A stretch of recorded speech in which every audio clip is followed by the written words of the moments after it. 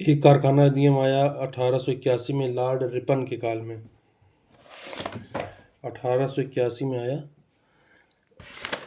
Lord Ripon के कार्यकाल में। तो रिपन का जो कार्यकाल है वो 80 से 84 है।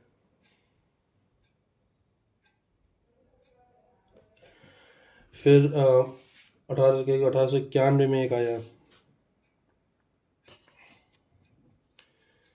ये लॉर्ड लैंसडाउन के काल में आया था 1891 वाला फैक्ट्री एक्ट।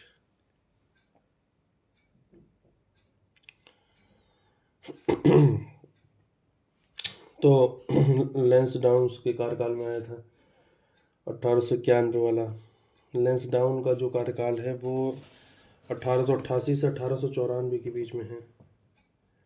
1888 से 1894 के बीच में है, ठीक है। इसी समय इंडियन काउंसिल एक्ट 1892 भी आता है। और division of civil services into imperial, provincial and subordinate services में डाल दिया गया लैंसडाउन के कार्यकाल में। और appointment of Durand commission for demarcation of border between the British India and Afghanistan, ये भी लैंसडाउन के कार्यकाल में ये काम हुआ।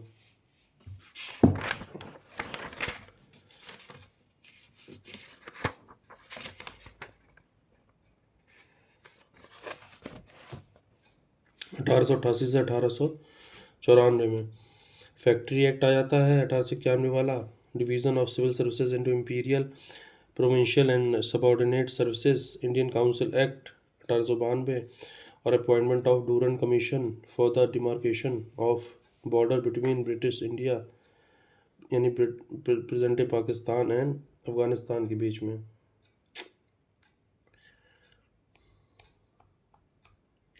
रिपन 1880 से 84 के बीच में है।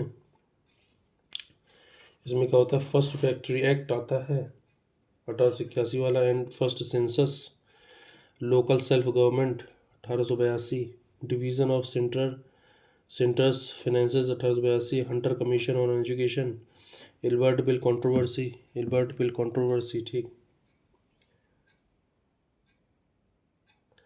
लिटन 1876 से 80, रॉयल टाइटल एक्ट 1876 में आता है। वर्नाकुलर प्रेस एक्ट भी आता है लिटन के कार्यकाल में 1878। आर्म्स एक्ट आता है 1878। सेकेंड अफगान वॉर होती है 1878 से 1880, इसी के टाइम पे लिटन कब से है, 76 से 80 के बीच में 1876 से 80 के बीच में।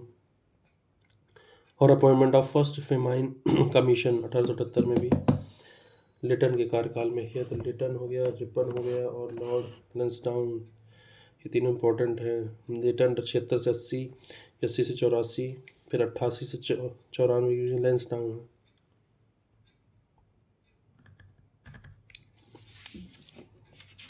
क्रम से चले तो लिटन आएगा, फिर रिपन आएगा, फिर डफरिन आएगा, फिर लैंसडाउन आएगा। डफरिन बीच में 84 से 88 के बीच में है। इसी के टाइम पे बर्मीज वॉर होती है 1885-86, और foundation of Indian national Congress Dufferin के काल में। इसके बाद 1881 कारखाना अधिनियम हो गया, 1891 कारखाना अधिनियम हो गया। फिर 1911 में एक कारखाना अधिनियम आता है लॉर्ड हार्डिंग के कार्यकाल में। 1911 लॉर्ड हार्डिंग सेकंड कहेंगे इसको। फिर 1922 में फिर आता है लॉर्ड रीडिंग के कार्यकाल में। लॉर्ड रीडिंग का जो कार्यकाल है वो 1921 से 1926 है। 1921 से 1926 है, ठीक है, लॉर्ड रीडिंग। और लॉर्ड हार्डिंग सेकंड है 1910 से 1916।